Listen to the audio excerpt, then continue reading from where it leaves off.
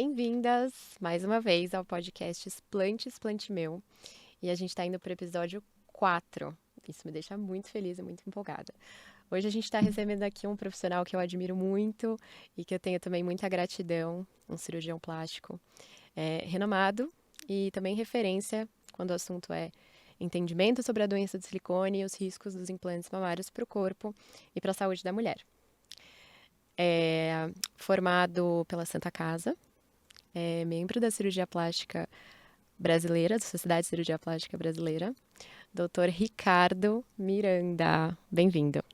Oi, Mariana, obrigado pelo convite. É um prazer meu estar aqui e poder contribuir com o conhecimento. Então, o conhecimento é a primeira etapa para tirar essa ansiedade das pacientes que procuram esse tipo de cirurgia. Sim, exatamente. Esse é o grande objetivo aqui. Doutor, eu queria que você começasse se apresentando para quem está assistindo esse podcast. Então, quem é o Dr. Ricardo Miranda, ou principalmente a sua formação, quanto tempo você atua, né, na medicina, mas também hoje, né, com o que você está focado, né, em que tipo de cirurgia, o que você mais faz hoje? Conta pra gente. Então, meu nome é Ricardo Miranda, né, eu estou aqui em São Paulo, capital. Eu me formei em 2003 na Santa Casa de São Paulo, né, faculdade aqui em São Paulo. Daí tem um processo para ser cirurgião plástico, né? Então são 2 anos de cirurgia geral, pré-requisito, daí 3 anos de cirurgia plástica. Me formei em 2011. Eu demorei um pouquinho porque eu fiz um ano de aeronáutica que eu fui chamado. Apenas. E daí depois disso eu fiz, deve ser cirurgião plástico, daí você tem áreas de atuação. Eu sempre gostei de fazer mama, na residência eu já gostava.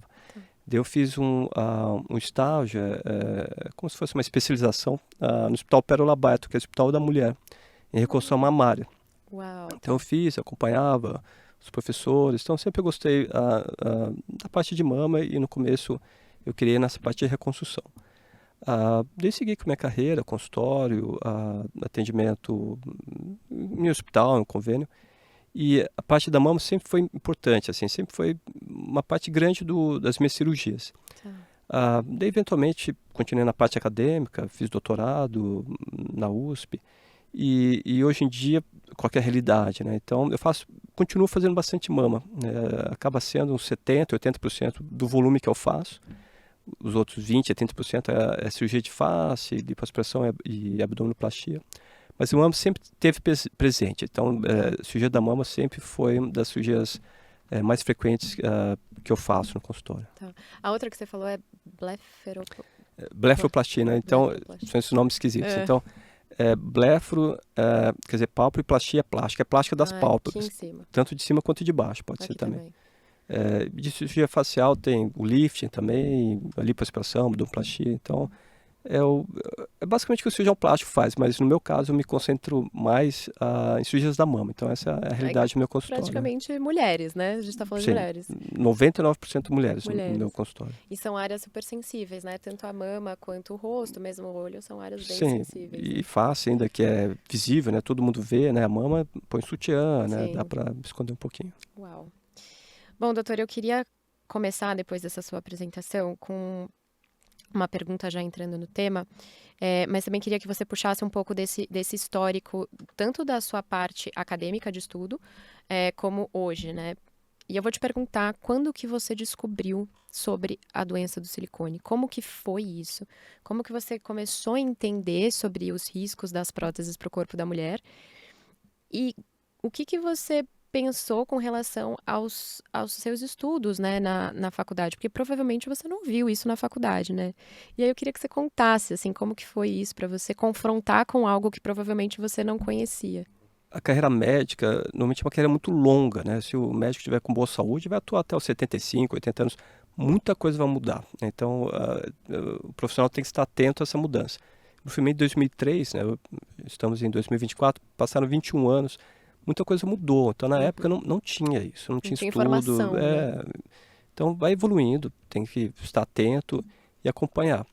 A minha primeira exposição foi final de 2018, meio de 2019, que eu li algo sobre isso e passou um pouco desapercebido. Eu já sabia, mas não era realidade, não estava tendo tanto. Eu comecei a me aprofundar mais final de 2019, começo de 2020. Aí realmente fui, e também quando começou a ter mais trabalhos. Sim. Então, é relativamente recente, né? Nos Estados Unidos o movimento é mais antigo. Aqui no Brasil, ele começou com mais força em 2019, 2020, um pouco antes da pandemia. Sim. Comecei a estudar, comecei a me informar, ver os artigos, comecei a operar, ver o que as pacientes, como se elas se comportavam, o que melhorava, o que não melhorava. Então, eu estudo, né? Ou seja, o médico tem coisas que às vezes está na fronteira do conhecimento. Dali para frente é o que você produz de conhecimento. Sim. Então, eu, como os outros médicos, na exclusividade minha, a gente estava nessa situação e queria entender o que era isso, essa demanda nova, né, que as pacientes estavam trazendo para o consultório. E esses estudos que você está se referindo, você encontrou na internet? Tem um São banco de artigos dados. científicos, né? Então, os artigos, eles, quando são publicados, eles são listados em bancos de dados, né? O maior tem esse nome, chama PubMed. Então, são esses artigos internacionais, estão lá. Qualquer pessoa que for lá e colocar nesse banco de dados grande, que é PubMed, acha os artigos. Às vezes não tem ele na íntegra, mas pelo menos tem um resumo, então está disponível. Sim. Você já publicou alguma coisa lá? Na PubMed já tá listado, mas é de um outro, do doutorado, então é de blefaroplastia, né, da Sim. plástica da pálpebra. Sim. Na Revista Brasileira de Cirurgia Plástica, uma revista boa e tem uma repercussão nacional maior, eu publiquei uns 2 ou 3 artigos e tem mais Legal. um para sair. Que legal. Doutor, eu queria que você me contasse como que isso mudou o seu trabalho, o seu dia a dia mesmo. A partir do momento que você teve o conhecimento sobre todos esses estudos, enfim, entendimento sobre a doença do silicone, a gente vai falar um pouco mais sobre o gel bleeding, mas como que isso mudou o seu trabalho? Sabe, como que você começou a mudar a sua perspectiva e o seu olhar para as suas próprias pacientes, né? Porque você começou a ter provavelmente um entendimento muito melhor sobre o que era trazido por parte das pacientes, né? Me conta como que foi essa mudança, né, de ponto de vista. Então, em relação a isso, eu estava tentando entender por que esses pacientes estavam procurando esse implante. Qual era o motivo. E na parte do implante, normalmente é uma decisão muito mais pensada que no implante. Sim. Implante, os pacientes falam que foi com a amiga, não era nem consulta, daí o médico falou, você também não quer pôr, e pôs em 2 semanas. O implante é diferente. Então, a mulher já está numa outra fase da vida, ou seja, é uma atitude mais pensada.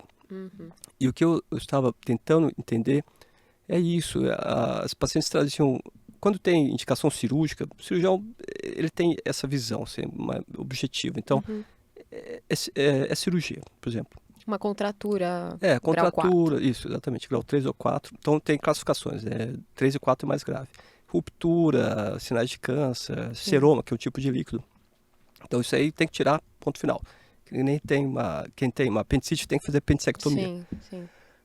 Desculpa, mas Imagina. as pacientes que tinham sintomas inespecíficos que podem estar relacionados, eu mesmo me perguntava, eu vou fazer uma cirurgia, é um ato cirúrgico, é seguro, mas sempre tem um risco. Eu realmente quero ver se pode melhorar, se o que eu vou fazer vai melhorar essa paciente. Então, isso me deixava um pouco aflito também.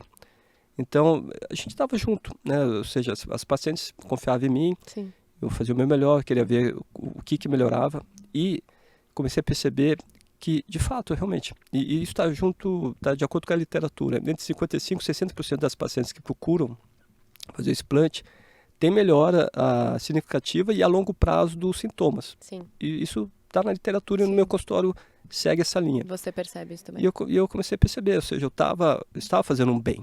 As pacientes estavam agradecidas, elas falavam que melhorava. É subjetivo? Sim. Mas, ou seja, é o que a paciente sente, né? É a realidade dela, não consigo estar no corpo dela. Então, se ela diz que melhorou, é o que ela queria, entendeu? É o que eu queria também. Ótimo. Perfeito. Então, vamos entrar aqui nas questões básicas para quem está assistindo do outro lado e talvez já tenha ouvido falar sobre isso e não entendeu. Vamos ser bem didáticos nessa explicação. Eu queria que você explicasse, que foi, para quem não sabe, uma curiosidade, a forma como eu descobri, entendi o que é de fato gel bleeding, foi através do vídeo do Dr. Ricardo no YouTube, que ele explica. De uma maneira muito fácil de entender. E eu queria que você repetisse isso aqui, me desse essa honra de explicar para as pessoas o que é, de fato, gel bleeding, né? Então, a gente tem aqui as minhas próteses, que saíram do meu corpo, são as minhas mesmo. E elas estão coesas. Isso não significa que elas são impermeáveis. E aí eu queria que você explicasse isso para a pessoa que está assistindo, o que que é o gel bleeding, Então, como que ele acontece. você já deu uma dica importante. Então, gel bleeding veio do inglês, né? O gel é gel mesmo, bleeding é sangramento. Então, a tradução livre seria sangramento do gel. Em português, a tradução ficou suor do gel, né? Suor do silicone. Então, como é que é? A prótese, para o pessoal que está vendo aqui, ela tem esse invólucro aqui. E isso permite... O invólucro, essa parte de fora, é feito de silicone. Dentro tem silicone também, em gel. O que acontece é o seguinte. Isso aqui não é 100% impermeável. Então, ele tem... O invólucro, o invólucro. Ele tem espaços minúsculos, né? Que evitam que 99, eu não tenho esses dados, a maior parte do gel que está aqui não saia, mas o silicone é feito de moléculas, são pedacinhos, mas tem moléculas pequenas de silicone que atravessam isso aqui. Então, macroscopicamente você vê aqui e fala, tá bem, não vazou nada, mas microscopicamente vazou sim, né? Então, são moléculas, são... ou seja, que passam por esses poros aqui do invólucro, que não é 100% impermeável. E isso que é o gel bleeding, né? Então passa, em casos que está mais avançado, consegue ver macroscopicamente, que parece que está melado, parece que está estranho. Isso no vídeo, você já deve ter visto, eu já vi em vários casos, mas mesmo nos casos que tira, está sequinho, houve esse processo também. Sim. Então isso ocorre, isso aí também está provado. Eu de pegar ela, às vezes eu fico um tempo com ela na mão, eu já sinto sabe, fica um pouquinho pegajoso. Então, pode ser isso. Quando são próteses mais antigas, na hora, eu tenho alguns vídeos assim, na hora que tira, dá para ver mesmo, na luva, então você vê. Saindo. Mas mesmo as próteses mais novas, ou que aparentemente, macroscopicamente, ou seja, a olho nu, você vê que tá tudo bem, teve seu processo também. Sim. Teve essa migração de moléculas pequenas, que a gente chama de baixo peso molecular.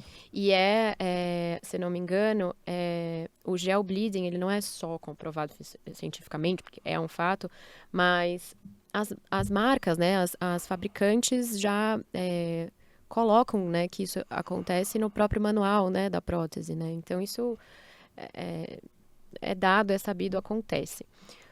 Por que o gel bleeding ele é um problema? Ele pode ser um risco para a saúde do corpo, né? Porque o que acontece a partir do momento que a gente entende que a prótese não é inerte ou não é impermeável? Bom, então muitas das teorias isso é polêmico, né? É controverso, tem muita coisa publicada que não está 100% confirmado, mas tudo se baseia de que o conteúdo do silicone ele não fica só lá, ou seja, ele migra. Então ele migra, uma parte fica presa na cápsula e isso confunde então. Sim. Então tem o invólucro, que é o que reveste a prótese, e tem a cápsula, que é a pele que se forma, Sim. que o organismo formou para isolar a prótese. A prótese é um corpo estranho, uma coisa estranha ao corpo. Então, só para quem está assistindo entender. A gente estava falando sobre o gel bleeding, sobre as características da prótese em si. Mas quando a gente coloca a prótese dentro do nosso corpo, o tecido vivo, o nosso corpo, forma uma cápsula, que é um tecido vivo, né? Para tentar proteger o nosso próprio corpo daquele corpo estranho. Então, é uma reação de defesa do organismo. Então, a gente monta uma cápsula, certo? Isso. Esperada, que ocorre para qualquer corpo estranho, né? Então, para prótese, para algum metal, então isso ocorre mesmo. Chama reação de corpo estranho. Tem esse nome, então isso ocorre. E todo mundo forma. Todo mundo, toda mulher que tiver prótese de mama vai ter essa cápsula, né? Essa pele. Pode ser mais fina, pode ser mais grossa, depende de cada corpo, mas todo mundo vai ter. Vai ter, exatamente. E ainda parte desse gel bleeding, ou seja, dessas moléculas que saem da prótese de silicone, ainda vão ficar seguras para essa cápsula, mas isso está comprovado, mas parte vai na corrente mesmo. Então, isso é mais fácil de comprovar em pacientes que tiveram ruptura, que elas têm linfonodo, né, íngua, né, axilar, e quando faz a biópsia, na biópsia aparece material compatível com silicone. Sim. Ou seja, esse silicone migrou, saiu da mama em próteses rompidas e foi para lá. Essa linfonodo é como se fosse um filtro do corpo. Tanto que quem tem câncer tem que tirar esses linfonodos também. Sim, porque então, o conteúdo está ali, né? Não, o fato do silicone ter rompido, a prótese ter rompido, não significa que a cápsula também rompeu, né? Não, são coisas São diferentes. coisas diferentes. Mesmo a cápsula, o silicone tendo rompido, a cápsula ela ainda consegue ser íntegra. O que você está falando é que ainda assim existem moléculas desse gel bleeding que eles travasam dessa cápsula e migram para o nosso corpo todo. E Isso, aí pode ir para órgãos e, enfim, sistema linfático, sanguíneo e tudo mais. exatamente. E é isso que causa o que a gente chama de doença do silicone. E aí eu queria que você explicasse, também didaticamente para quem está assistindo, qual é a diferença entre a doença do silicone, que é um termo que a gente ouve o tempo inteiro e que é mundialmente conhecido como breast implant illness, né, que é a doença do silicone, e o que a gente chama também de síndrome-ásia. São coisas diferentes, mas às vezes a gente confunde. E quando a gente está lendo as coisas na internet, às vezes isso confunde mais na nossa cabeça. O que, que é uma coisa, o que, que é outra. Você pode explicar para a gente a diferença dessas duas coisas? Quando é doença de silicone, quando é ásia, ou se é ásia, já é doença de silicone? Uma engloba a outra? Como que funciona esses dois termos que são muito falados? Então, Mariana, uma boa pergunta. E isso confunde muito até médico. Então, qual que é a diferença de doença do silicone, traduzido do breast implant illness, que foi onde começou o movimento mais forte, e a síndrome ásia? Então, tem uma sobreposição de sintomas, mas são entidades diferentes. Então, a Tá, síndrome ásia é uma doença descrita por um médico chamado Schoenfield, foi quem descreveu, que tem como doenças reumatológicas, tem critérios maiores e menores para fazer o diagnóstico. tá, O diagnóstico é fechado, ou seja, quem tem síndrome de ásia passou por esses critérios maiores. tá, Então, acho que para fazer o diagnóstico tem que ter 2 critérios maiores, ou um maior, 2 menores, e fecha o diagnóstico. tá. E foi descrito principalmente por esse Schoenfield, né? Então está publicado muitos artigos em nome dele. A doença do silicone é algo mais amplo, né? Não é tão fechado quanto a síndrome ásia. Não tem critério maior, menor. Tá. Basicamente são sintomas sistêmicos relacionados que podem estar relacionados à prótese de mama de silicone. Então, tem sites que colocam 30, 40, 50 sintomas, mas os mais comuns que estão presentes em todos são fadiga, dor muscular, que o jargão médico é mialgia, dor articular, alterações cognitivas, cognitivo quer dizer de memória, concentração, e daqui para esses são os principais, né? Então E fadiga, queda de cabelo também? queda de cabelo, alterações da pele, então tem vários, né? Sim, Mas os principais estão sempre consistentemente que aparecem são cansaço, né? Fadiga, sim. dores articulares e musculares e alterações cognitivas, né? Cognitivas, eu senti muito isso, muito. Então isso está sempre presente. Então basicamente é isso. Então Mas a Ásia, ela é uma autoimune? o autor descreve como autoimune. Então é uma doença autoimune que pode ser deflagrado por diversos materiais, né, componente da vacina, mas o que o autor Schofield descreveu nesse caso e que ele publicou mais foi o componente silicone. Entendi. Então, quando a gente fala de síndrome ásia, para quem tá assistindo, a gente está falando de reações autoimunes em função de um corpo estranho, né, que eles chamam de adjuvante dentro do corpo. Isso, exatamente. Então, se você tem aí um diagnóstico mais de autoimune, é possível que você esteja aí mais próximo da Ásia. Agora, quando a gente está falando desses sintomas que eles são, que a ciência chama de sistêmico, porque eles são meio aleatórios, né? Podem ser em diferentes partes do corpo e de maneiras diferentes para cada mulher. São outros sintomas de uma perda de qualidade da saúde. Isso pode também estar em função desse gel bleeding, dessa migração do silicone, mas não necessariamente é uma autoimune. E sim, é uma resposta inflamatória, digamos assim, do corpo. Isso. Então, ou seja, você está tendo bem na questão dessa pergunta. Quando o autor Schofield descreveu, ele colocou como uma reação autoimune, ponto. É um diagnóstico fechado. No breast implant illness, né, doença de silicone, tem teorias, não é uma coisa tão fechada. Tá. Então, pode ser componente autoimune, pode ser componente inflamatório, ou seja, Sim. o silicone causa uma inflamação e esse estado inflamatório crônico, em teoria, causa esses sintomas. pode ser a própria toxicidade do silicone mesmo, né? Sim, Então tem vários mecanismos, não é algo tão tão fechado, fechado. porque isso foi um movimento mais das pacientes, que Sim, elas se juntaram, começaram a se ajudar, sim, estudar, então é mais aberto, tanto que, se sim, você for ver, tem lugares que tem 30, 40 sintomas sim. que pode estar relacionado. Inclusive, tiquei vários, assim, eu sempre falo, gente, dá uma olhada no Google Imagens, pra vocês verem, tem listas e listas de sintomas. E, nossa, tinha ali uns 10, 15, pelo menos. Mas do jeito que você está falando, e até um pouco do que o Edu Fleury falou nos episódios anteriores, a sensação é de que a doença do silicone ela acaba que englobando também a síndrome ásia. Então, você pode ter a doença do silicone e não ter ásia, mas se você tem a ásia em função do silicone, você naturalmente tem a doença do silicone, porque é como se a ásia estivesse dentro dessa doença do silicone, né? Então, é mais ou menos assim que Isso, eu o entendo. entendimento está correto, ou seja, a doença silicone, por ela ser mais ampla, mais aberta, Uhum, ela não é a mesma coisa, mas sim. engloba a síndrome ásia. Sim. Então, sim. Doutora, eu queria falar uma coisa que é muito importante, que as meninas que estão do outro lado escutem de você, que é um médico que entende sobre isso, que tem e-book sobre isso, a gente vai Uhum. falar mais. Mas quando a gente fala, né, sobre essas coisas, né, do tipo, olha, vai lá no Google, pode ver a lista, né, são muitas listas, a gente vê que tem muitas mulheres se mobilizando, nas redes sociais para compartilhar suas histórias e que bom, porque isso Uhum. alerta outras mulheres para que elas possam cuidar da sua saúde de uma maneira mais é, correta.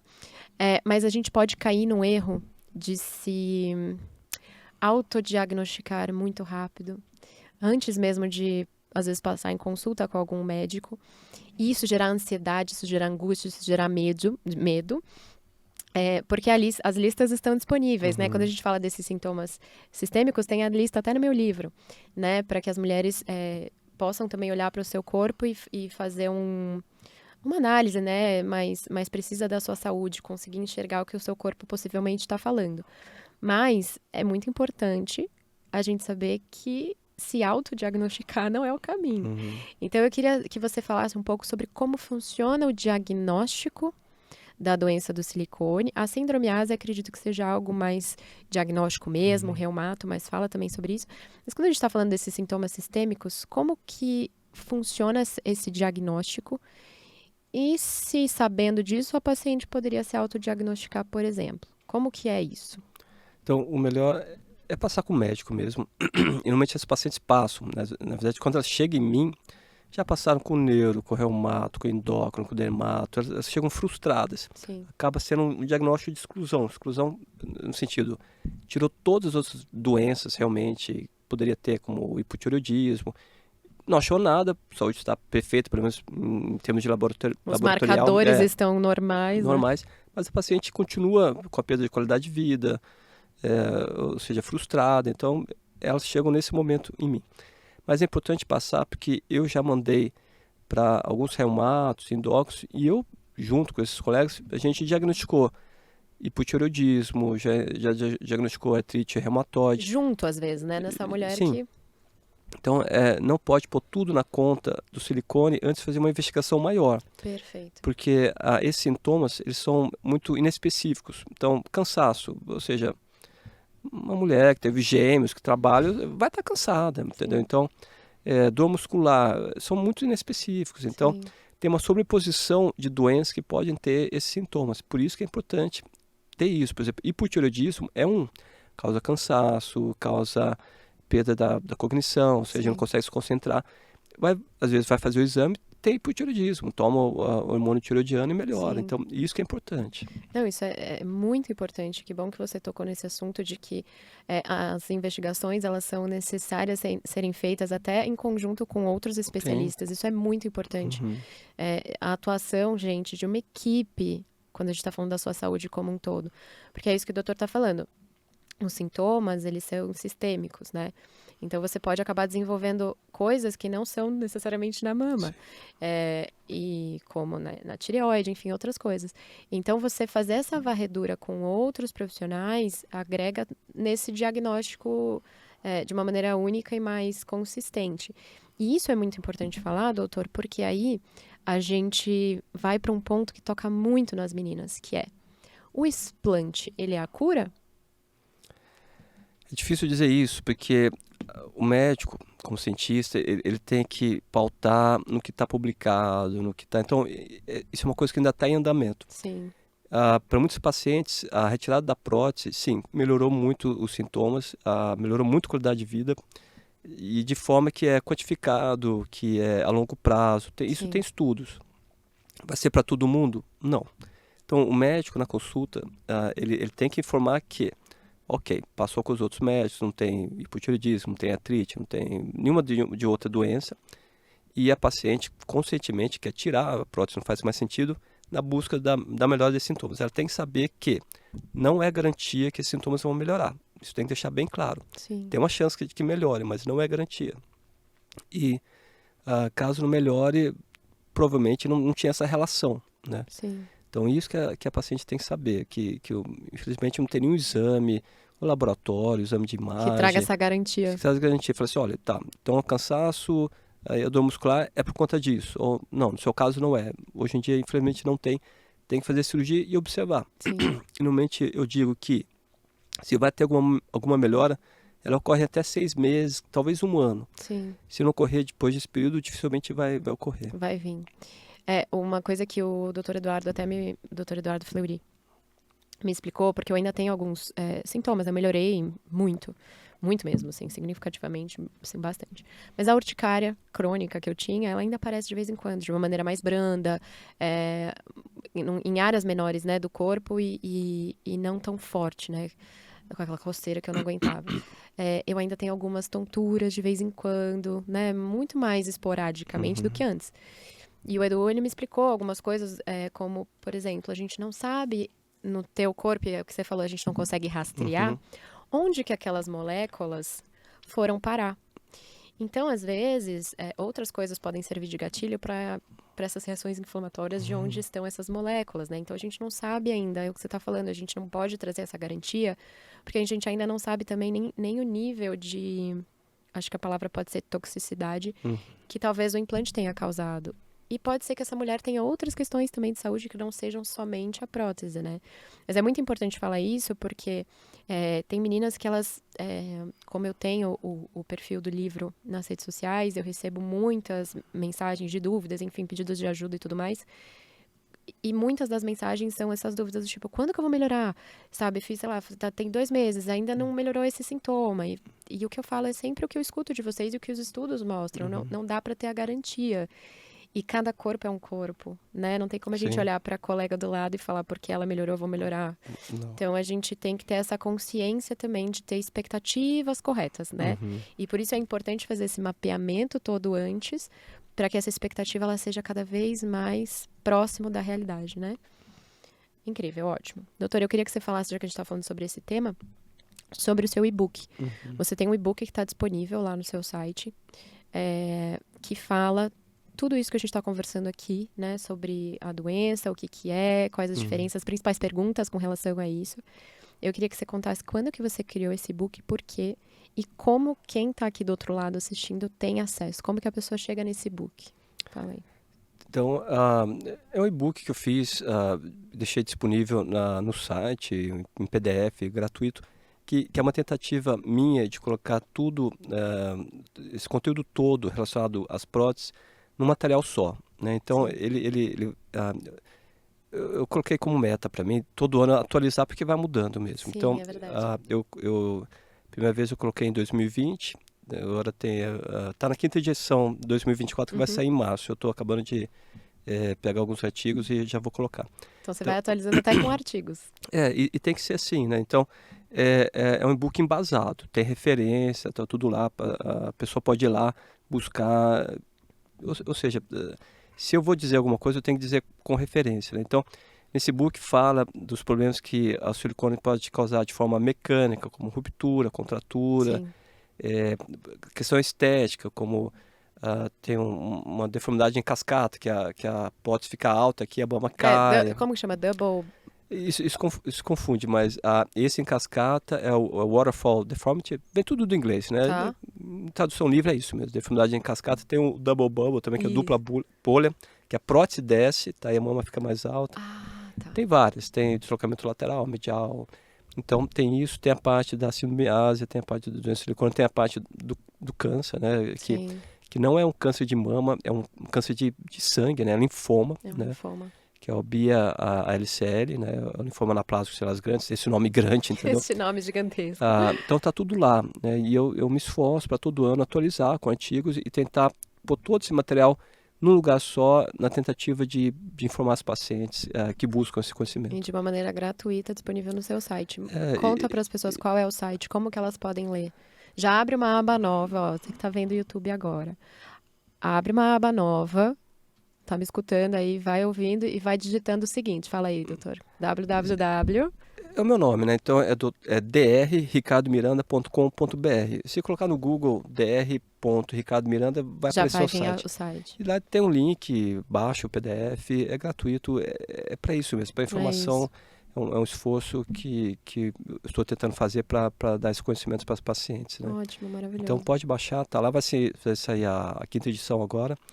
Então é isso, né? Então teve um ganho muito grande de artigos. Quando comecei em 2020 para agora, Sim, cresceu muito, né? muito assim. Então Graças a Deus. tem até um gráfico que aparece nesse banco de dados chamado PubMed, número de publicações. Eu não tenho isso, mas não sei se dobrou, se Dobrou, aumentou cresceu. Com certeza. 80%, aumentou A muito. gente vê Então, o número de explante, o número da conscientização, o número das hashtags. Para quem trabalha com rede social, quando você vê o hashtag Breast Implant Illness, por exemplo, isso cresceu muito. E acho que é essa junção, tanto das mulheres que passam por isso, levantam sua voz nas redes sociais, como também médicos como você que falam sobre isso, que trabalham em cima de conscientização, né?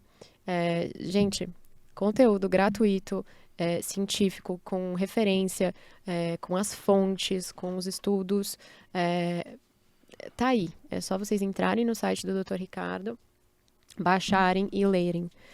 E qualquer dúvida também, acho que pode acessar e falar com sim, você, fala comigo. enfim. Tem e-mail lá no e-book, tem meu Instagram também. E eu me esforcei para fazer de uma linguagem não técnica, não com jargão. Então, Sim. algo que Mais eu espero didático. didático, que os pacientes consigam entender de forma mais fluida. Maravilhoso. Perfeito.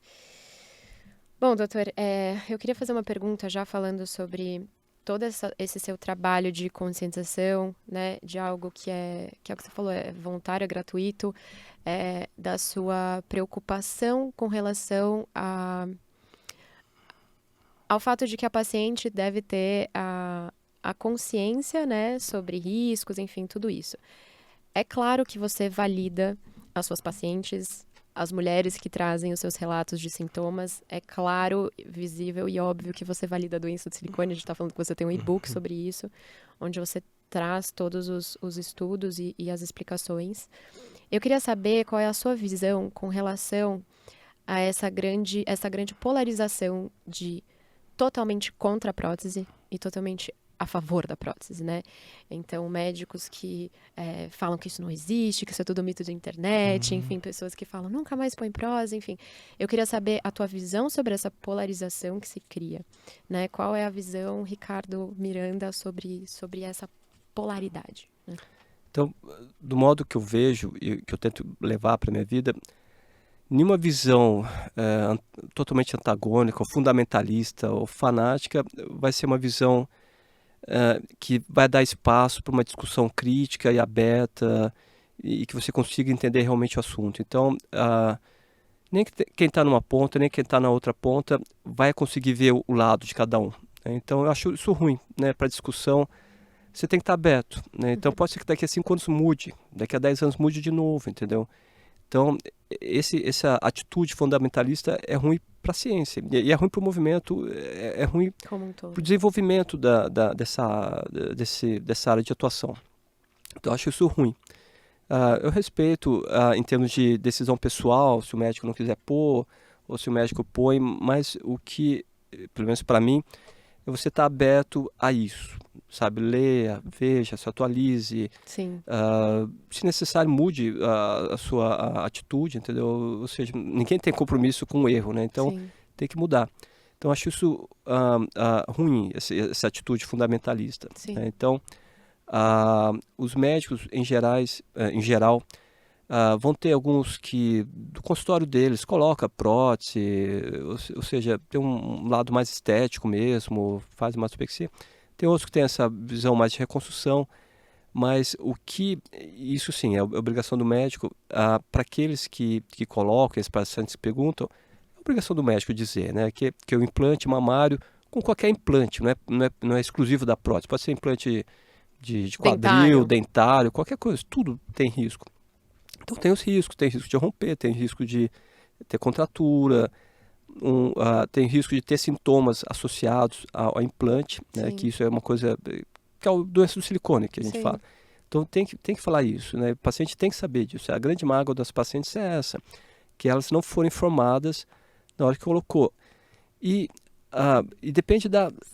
Oi? Eu sou uma Pois delas. é, e depende da época. Então vem uma É paciente que isso. colocou há 20 anos, não tinha conhecimento, o médico não Exatamente. sabia, entendeu? Então, Exatamente. mas hoje em dia já está uma coisa mais amplamente divulgada, o médico tem que falar, né? Então, Sim. tem risco disso, disso.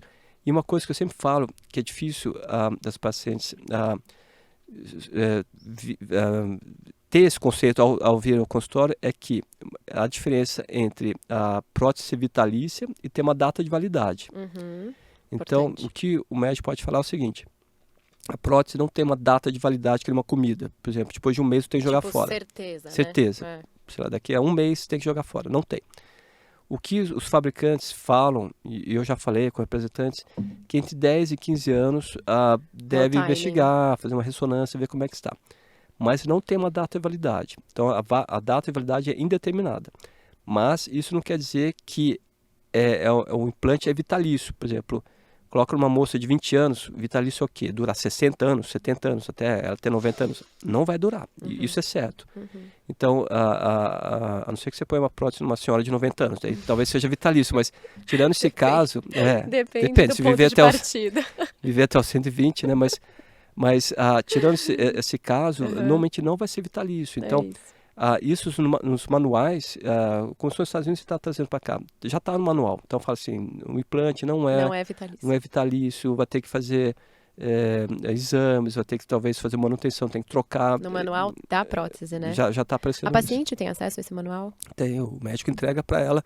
É um material grosso, ninguém lê, né? Então, Mas é mas obrigação do médico entregar esse manual. Esse manual sim, vem, tipo, na embalagem, é vem na isso? embalagem. Então tem o Ah, tá. manual e tem um cartão com o número de série da prótese. A prótese é identificada individualmente, você pode rastrear a prótese. Então essa Ah, prótese sua, se você olhar atrás, quer ver, empresta aqui um pouquinho. Então essa é a parte de trás da prótese. Tem uma parte redonda que tem o número de série, é uma numeração com uma letra. sim. Consegue rastrear. Então rastreia o lote. Mas se você tá com a prótese dentro do corpo, isso deveria estar na embalagem que Isso. que o cirurgião te entregou. Então esse número que está aqui atrás, Ah, você tem que ter a cópia desse número no manual, na tá, etiqueta da embalagem. Então isso é importante. tá. Então nesses manuais mais novos tem vindo isso, né? Tá vindo com a tarja preta, falando que pode estar associado ao linfoma e tal. Então isso aí tudo foi ganho, conquista dos movimentos, É né? verdade. Então isso é uma coisa que veio dos pacientes. Isso é bom, é assim que cresce, entendeu? Sim. Não, eu acho que é isso, assim, eu acho que é super importante você falou da tarja preta. É, acima de tudo isso, né, né, da imposição sobre o outro, algo que é da decisão do outro, a liberdade do outro, acima disso tem que ser a conscientização daquilo que é um fato e a verdade, né? Então é aquilo que você falou e eu respeito, assim, muito essa tua visão, porque a decisão, né, da colocação ou não é da pessoa, né, que tem seu livre-arbítrio, seu corpo e pode fazer o que quiser. Eu sempre falo, eu não posso, assim, não imagino o que é passar, por exemplo, por um câncer de mama. Eu não tenho nem lugar de fala, né, para isso. Então, não tem nem como você pensar em julgar uma mulher que passou por tudo isso, né? E ainda tem essa questão da mastectomia, de ter que se olhar no espelho. Então, não tem como você julgar a escolha do outro. O que você tem a obrigação como médico, né? Que é o que você está falando, é de passar para a paciente o que a ciência já revela, né? Que é essa tarja preta que aconteceu nos Estados Unidos, né? O que eles chamam de black box warning. Explica para as pessoas o que é que aconteceu nos Estados Unidos, que trouxe obrigatoriedade, né, dos médicos de informar. O que que é o Black Box Warning? Do que a gente está falando aqui? Então, o Black Box Warning é algo que foi uma conquista mesmo do movimento. Então, elas levaram para o legislativo. Foi realmente uma conquista. Estados Unidos, Nos certo? Estados Unidos, é.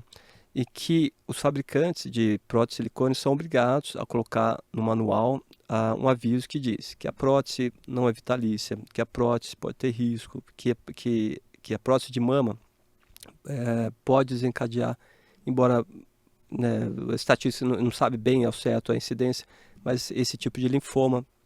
Então, colocar que a prótese pode desencadear sintomas sistêmicos. Sim. Então, foi isso que a legislação dos Estados Unidos obrigou os fabricantes a colocarem. E isso é importante. Então, Que é para proteger as próprias sim, pacientes, né? De você saber, porque é o que você falou. Foi uma dor para mim, é uma dor para muitas mulheres, mas eu, da minha parte aqui, eu não culpo os médicos de 20 anos atrás, nem de 9, porque eu fiquei com a prótese, eu fiquei 9 anos, então é 9, 10 anos atrás. Mas a minha dor é, putz, se eu soubesse disso antes, pois talvez é. eu não teria colocado, né? Não tô culpando, de novo, não tô culpando o médico da época, porque é o que você falou, não tinha acesso a esses estudos na época.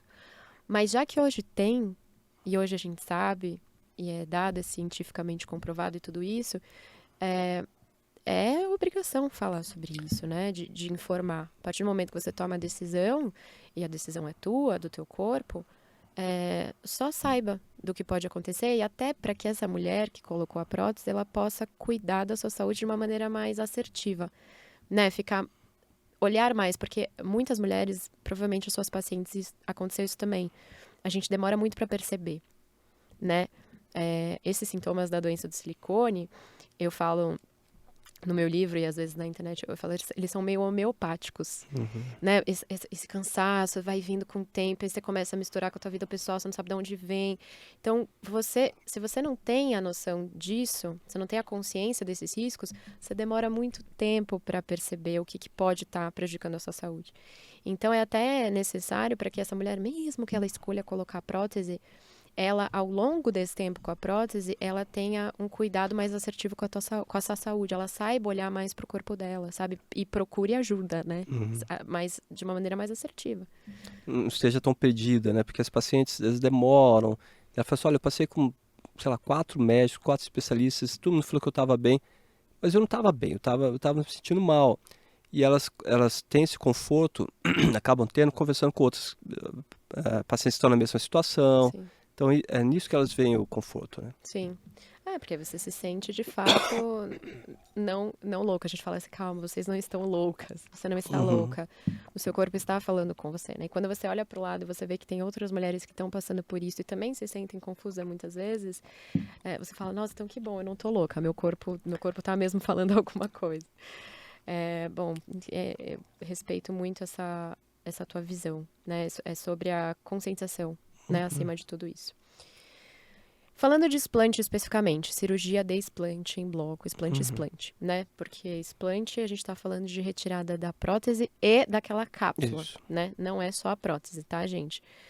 Muitas vezes, algumas mulheres falam assim, mas eu já troquei o silicone, então eu já fiz explante. Não. Pode ser que não, pode ser que o cirurgião tenha só retirado a prótese e aquela cápsula ficou lá e aí você colocou outra prótese no lugar. Então, retirar a prótese para trocar ou só para retirar é uma coisa, explante é outra, explante é retirada da prótese com a cápsula. Então, falando de explante, doutor, eu queria que você falasse quais são os riscos dessa cirurgia, que provavelmente são os riscos de qualquer cirurgia plástica, mas quais são os riscos e por que é importante a gente saber disso quando a gente está falando de escolha, optar por explante? Então, isso é uma coisa mais técnica, né? Então, é o que você falou, Mariana. Quando se fala explante, se fala em tirar a prótese e a cápsula, mas o termo mais correto, que é o que os pacientes querem, é um nome grande, né? É técnico, é capsulectomia total intacta, ou seja, tirar toda a cápsula totalmente, mas de forma intacta, sem rompimentos, né? Então, isso que as pacientes procuram. Vamos falar de novo. Eu sempre tento falar essa palavra, doutor. Capsulectomia. Capsulectomia. Total. Você que tá aí do outro lado, repete comigo. Capsulectomia. Isso, da cápsula. Capsulectomia. Total, que vai tirar toda ela intacta, sem rompimentos. Intacta. Então, esse é o Aprendeu? termo mais correto. Tem alguns que falam em monobloco, mas o monobloco não quer dizer que seja intacta. Ou seja, pode ter alguns rasgos na prótese, e ainda assim ser monobloco, né? Mas não, o mais correto é isso. Mas isso é um preciosismo técnico. Mas o que a paciente precisa saber é que é uma cirurgia como outras mamárias. Então, quais são os riscos que podem estar relacionados? Pode ter riscos de infecção, pode ter risco de sangramento, que é o hematoma, pode ter risco de abrir os pontos, pode ter risco de trombose, que é aquele coágulo que dá nas pernas. Por isso que a gente usa meia, né? Isso, usa meia, toma antibiótico, faz repouso, né? Não vai levantar o braço. Então, são os riscos que são associados com mamoplastia redutora, com mastopexia. O explante, ele tem mais risco do que o implante? Pode-se dizer isso? Sim, pode-se dizer no sentido de que quanto maior o tempo operando, maior chance de infecção. Sim. Quanto maior a área mexida, né, a área descolada, maior o risco de hematoma. Então, é uma cirurgia maior, sim, né? Então, o implante se pode colocar em 1 hora. O explante, se for só explante, pode levar entre 2 a 3 horas, 3 horas e meia. Então, é uma cirurgia maior. Então, por conta disso, sim, pode estar relacionado. Eu queria falar sobre a capsulectomia. Agora que eu aprendi, agora eu vou falar. Me aguentem nas redes sociais, porque agora que destravou aqui a capsulectomia, eu vou falar. Mas eu não me lembro, tá? No meu caso, eu lembro que a doutora Fabiana, ela conseguiu tirar ela toda, o termo inteiro eu não entendi, mas rolou a capsulectomia total. Mas teve uma partezinha que ela teve que... Porque estava colada na costela. O senhor foi debaixo do músculo? Tava debaixo do músculo, assim, bem complicado, tá, gente? Sim. Porque, na verdade, o meu implante ele era submuscular, mas a doutora, quando ela abriu, na verdade, o que ela encontrou, e usando termos de alguém que não é médico, foi músculo misturado. Parece que, assim, a sensação que dava era que o meu implante ele estava no meio da musculatura. Tava, tipo, era músculo e cápsula, uma coisa só. Eu vi as imagens, são bem marcantes. Mas eu me lembro que, em determinado momento, ela me mostrou no vídeo, né, que em alguma parte ela teve que cauterizar. Porque colou... e aí tem o risco da perfuração de pulmão. Isso. Porque quando a gente está muito perto da costela, aí o cirurgião, se não me engano, a gente tem que fazer uma escolha do tipo assim... Eu vou arrancar a cápsula ou eu vou cauterizar, né? E aí você tem que calcular os riscos do que está muito perto do pulmão. Conta um pouco sobre isso. Quando que a gente não consegue fazer a capsulectomia total e quando que essas escolhas acontecem pela queimar? É queimar, né? Cauterizar. Queimar, isso. Então, as próteses, né, podem ser colocadas na frente do músculo, que é subglandular, e nesses casos, o índice de tirar tudo, fazer o explante em bloco é alto, né? Fácil, uma cirurgia tecnicamente mais fácil e pode estar abaixo do músculo, esse aqui peitoral maior. Quando é abaixo do músculo, então tem o músculo cobrindo a parte anterior da prótese e a parte posterior em contato com a costela. Tem a costela, tem os músculos intercostais e atrás da costela tem o pulmão já, né? Tem um espaço, não é assim tão próximo, entendeu? Mas está lá. Ali. Então, o cirurgião ele tem que fazer cirurgia, fazer o seu melhor, mas o conceito primeiro da medicina é primo non nocere, ou seja, primeiro não lesar. Você vai entrar em alguma coisa, mas primeiro não vai lesar. Então, é o cálculo que o médico vai ter que fazer, né? Então, tirou o máximo. A cápsula, quando ela adere no osso da costela, né? A parte que fica mais dolorida. Então, está dessecando, não está saindo. Ou seja, vale a pena causar uma lesão, né, que a paciente não tem. Para tirar essa cápsula, é uma coisa que tem que pesar. Muitas vezes cauteriza, que é o que é possível fazer, e é o que o médico conseguiu fazer, tecnicamente. Ou seja, não é, por exemplo, hoje em dia, alguém faz esse argumento, hoje em dia que a tecnologia é um absurdo alguém morrer de câncer. Não ocorre, entendeu? Com tudo que tem, com as cirurgias, com quimioterapia, As pessoas morrem de câncer, então E tem a um medicina limite. faz o melhor que pode. Tem um limite Sim. na medicina. Não, total.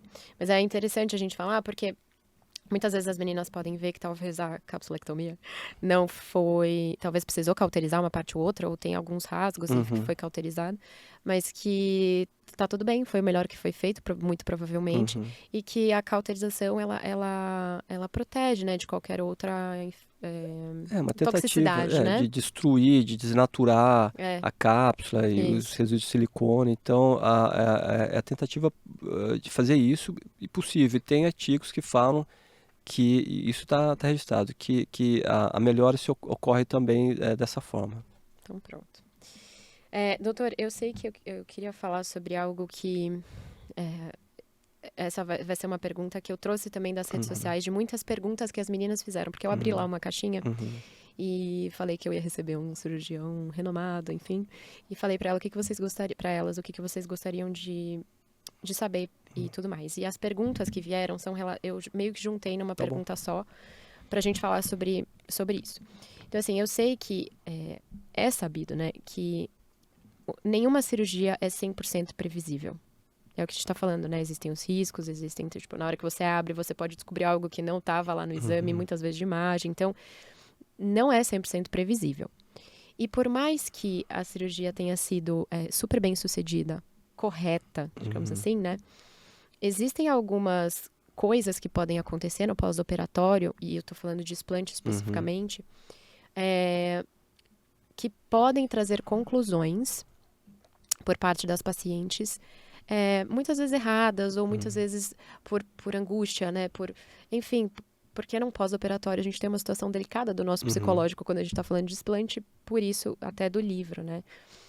Mas existem algumas coisas que acontecem no pós-cirúrgico que eu queria que você falasse para quem está assistindo, o porquê que isso acontece, se isso significa que é algo especificamente por conta da cirurgia ou por conta do cirurgião, sabe? Da onde vem essas coisas? Então, eu tô falando aqui de coisas que as meninas me trazem, como, uhum, por exemplo, o queloide na cicatriz. Ou uma cicatriz mais hipertrófica, ou uma cicatriz mais branca, outra mais avermelhada, enfim, uhum, cicatrizes, né? Eu tô falando também de quantidade de absorção de gordura quando a gente fala da lipoenxertia, porque junto do explante, existe para algumas mulheres, né? Para algumas mulheres, não foi o meu caso.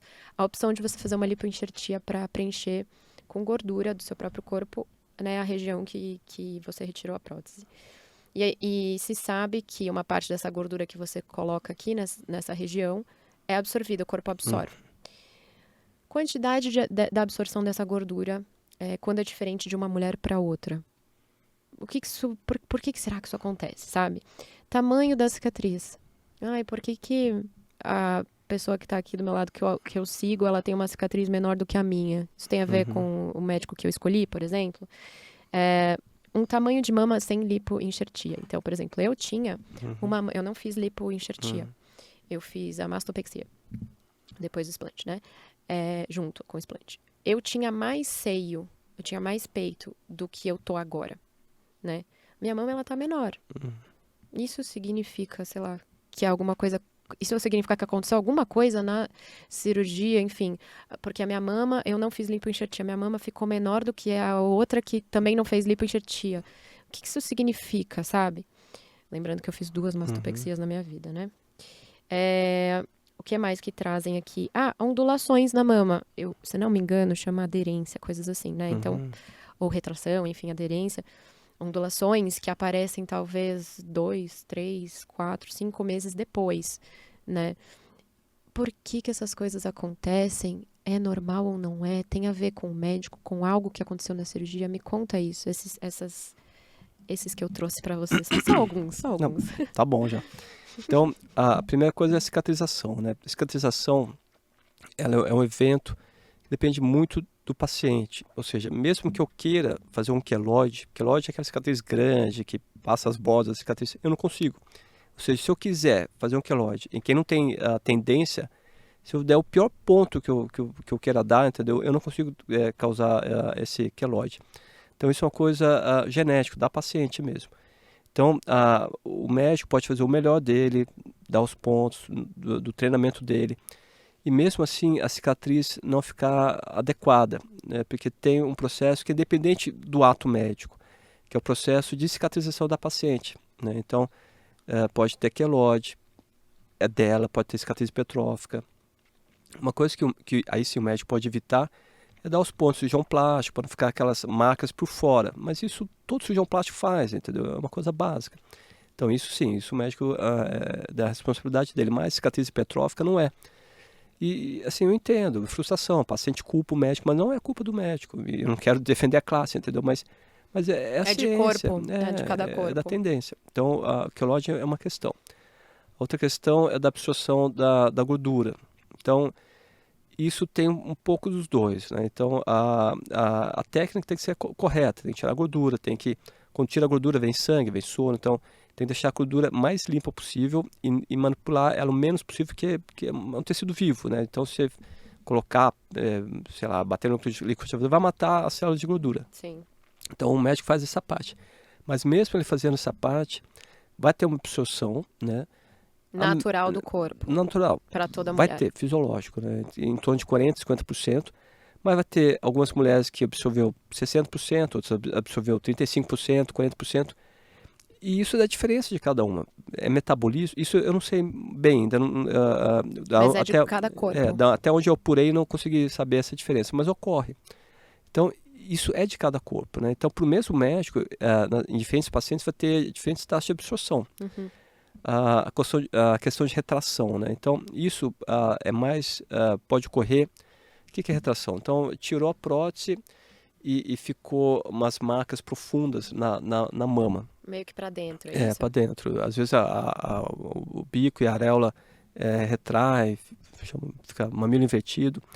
Isso pode ocorrer e ocorre. Tem as pacientes de risco. Ocorre em pacientes que são magras, ou seja, que não tem de onde tirar gordura, fazer lipoescultura.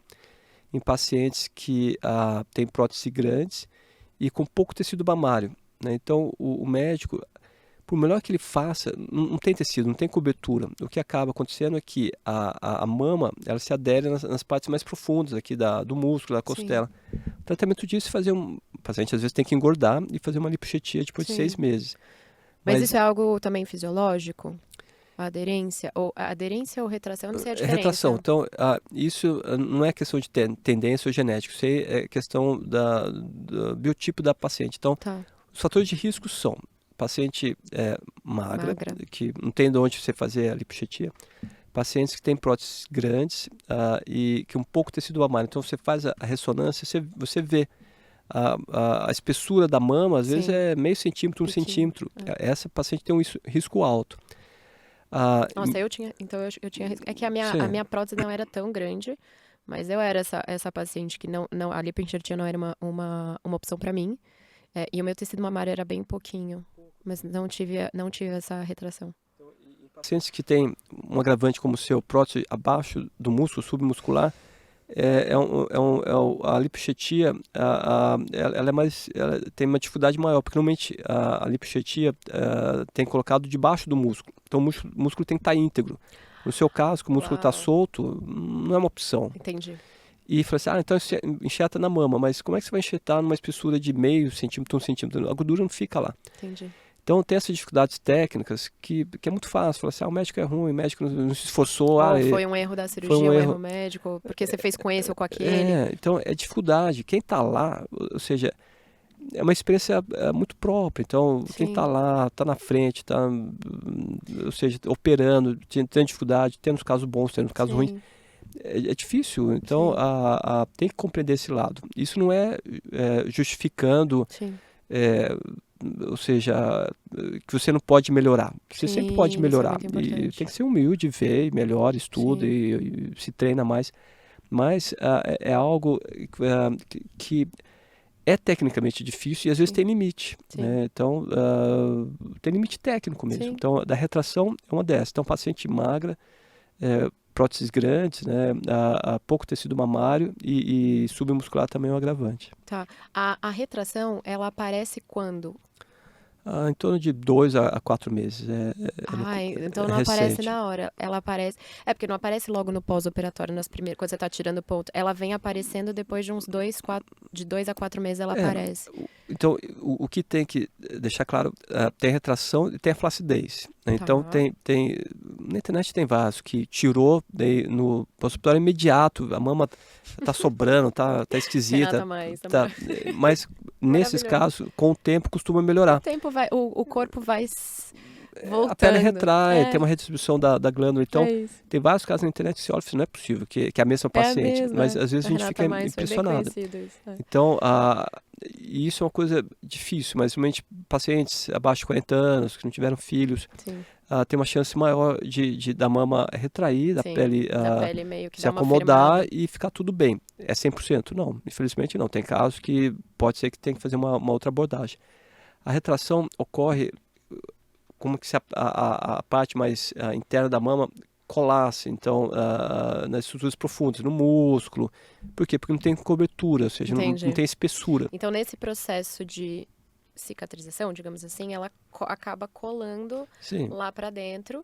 É uma coisa que não tem a ver com a cirurgia, de que algo que aconteceu na cirurgia especificamente, mas com esse processo da própria readequação do corpo, sim. certo? Então, o médico, da parte técnica, o que ele tem que fazer? Ele tem que tirar a cápsula da forma mais precisa possível, ou seja, sem tirar tecido mamário. Sai só a cápsula. Isso, sim, é Para responsabilidade preservar do o tecido mamário. tecido da paciente. Aí é responsabilidade do médico, ou seja, na hora da dissecção não pode tirar tecido mamário, porque daí pode aumentar. Mas o médico que fez isso corretamente, tirou só a cápsula mamária, preservou todo o tecido, mesmo assim aconteceu, é porque provavelmente tinha pouco tecido mamário, né? Sim, Então tinha pouca cobertura para evitar isso. Pacientes que têm um volume adequado, pacientes jovens, sem estria, ou seja, têm uma pele boa, normalmente os resultados são muito bons somente com o explante. sim, é verdade. Doutor, eu queria dentro dessa pergunta, eu queria fazer uma observação, eu queria saber se você concorda comigo e se isso já aconteceu com você, tá? Mas eu queria fazer uma observação para quem está assistindo com relação a isso que a gente está falando, desse pós-operatório e as coisas que podem acontecer, fisiológicas, enfim, do processo de readequação do seu corpo, né, voltando para o lugar.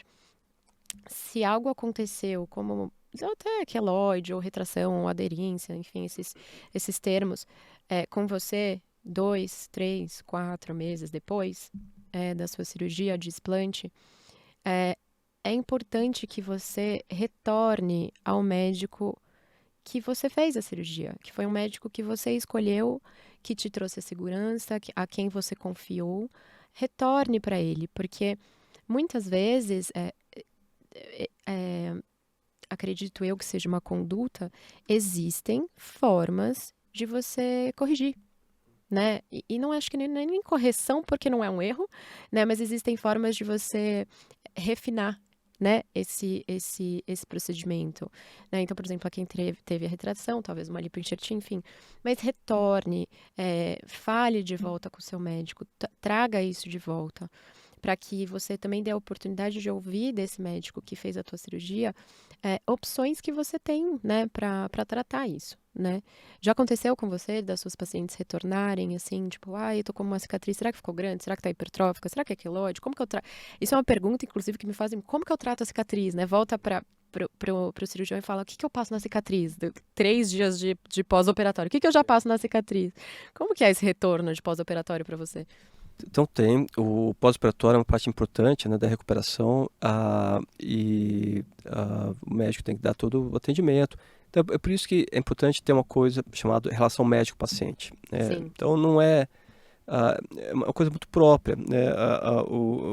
É dado ao paciente a confiança do paciente. Então e o médico precisa disso, precisa de uma boa relação, porque se vai tudo bem, tá ótimo, mas se vai mal, essa relação tem que estar boa para o paciente acreditar que o médico, genuinamente, né, ou seja, o médico fica frustrado também. é Ele vai fazer lógico. uma cirurgia o resultado não Para ficar ter alguma. adequado.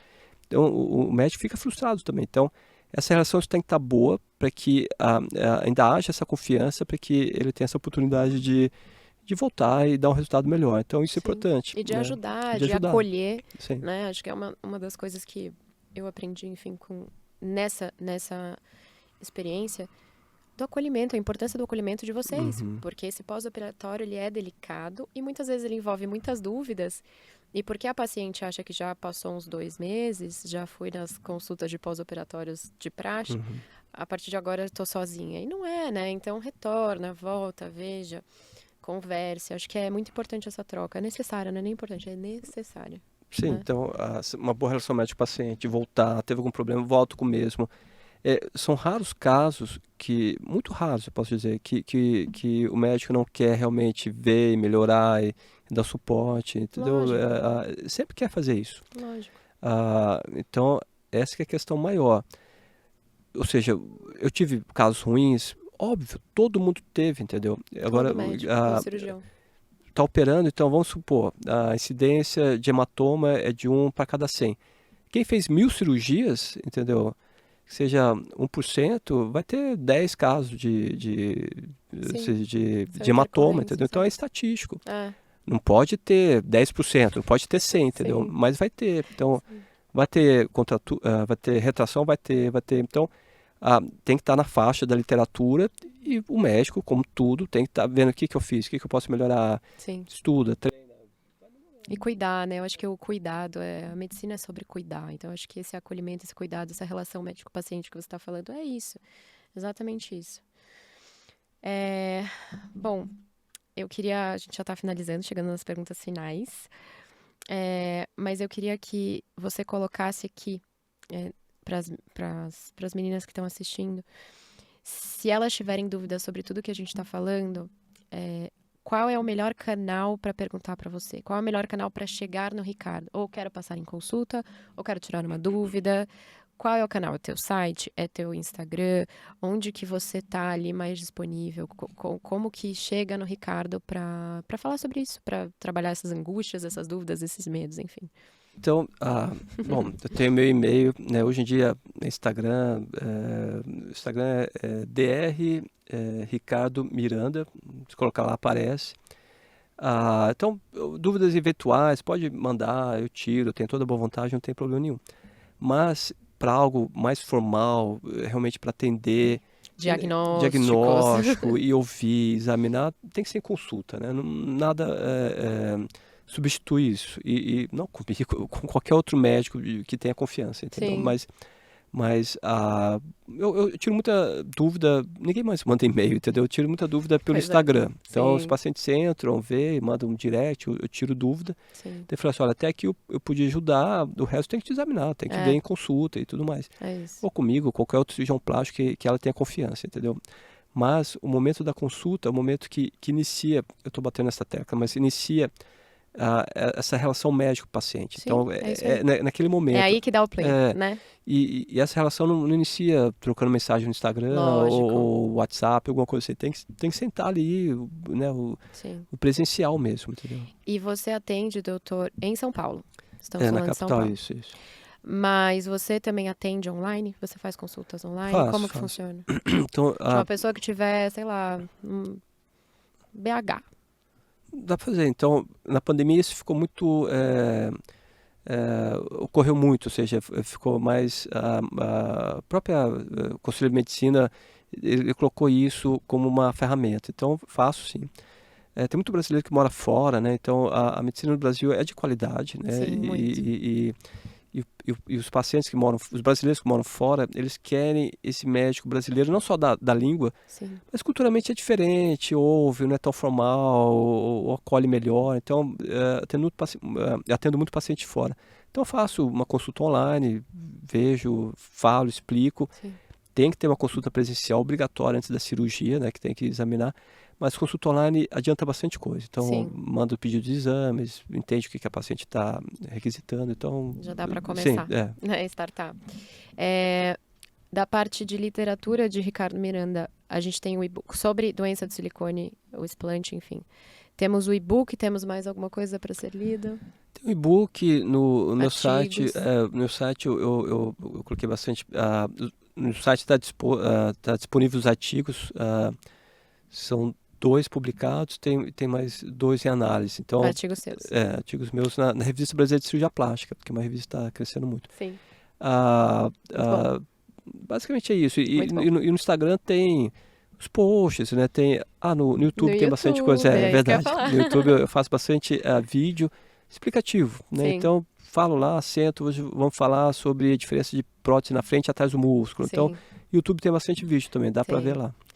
Tem muitas lives que você fez, Isso, né? live Com também. médicos, Aham. reumatologistas, Eduardo Fleury, Isso. Fabiana, enfim.